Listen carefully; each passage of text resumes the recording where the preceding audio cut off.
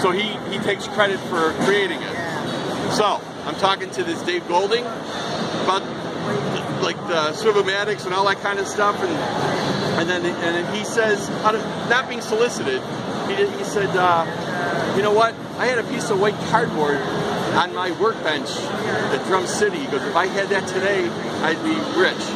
I go, what? And with his accent, I'm going, a white piece of what? And he actually said hardboard.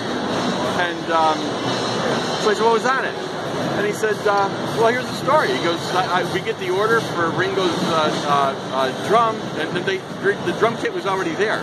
But Ringo wanted the Jazz Fest. They had to special order it instead of using the downbeat. Ringo told me he wanted that because he wanted a deeper sound in the studio.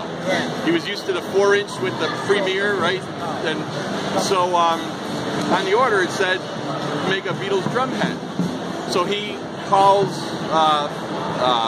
Eddie Stokes, and he's doing all the signs and things like that, right? He's just like a little contractor, and he says, Eddie and I were good friends. He goes, so I said, hey, we got this order. So Eddie takes this white piece of board, so it's like 3 inches by 12 inches, does 4 circles, and he creates 4 different Beatles logos. He gives it back to to Dave Golding. Dave gives it to Mal Evans. He shows the Beatles, George Harrison. He goes, I'm pretty sure George Harrison is the one who had something to do with it. And he goes, and he selected one of them. He goes, might even have been a slight change in the look. And then, he said, well, I said, well, it might be possible because they were all like artists, like John and stuff like that. Why would they really just have somebody make it and agree to it? Yeah. So he said, so they selected one. That's what Eddie did, and that's what I know about the drum head. But he's not taking credit. He's just taking credit being the guy passing it.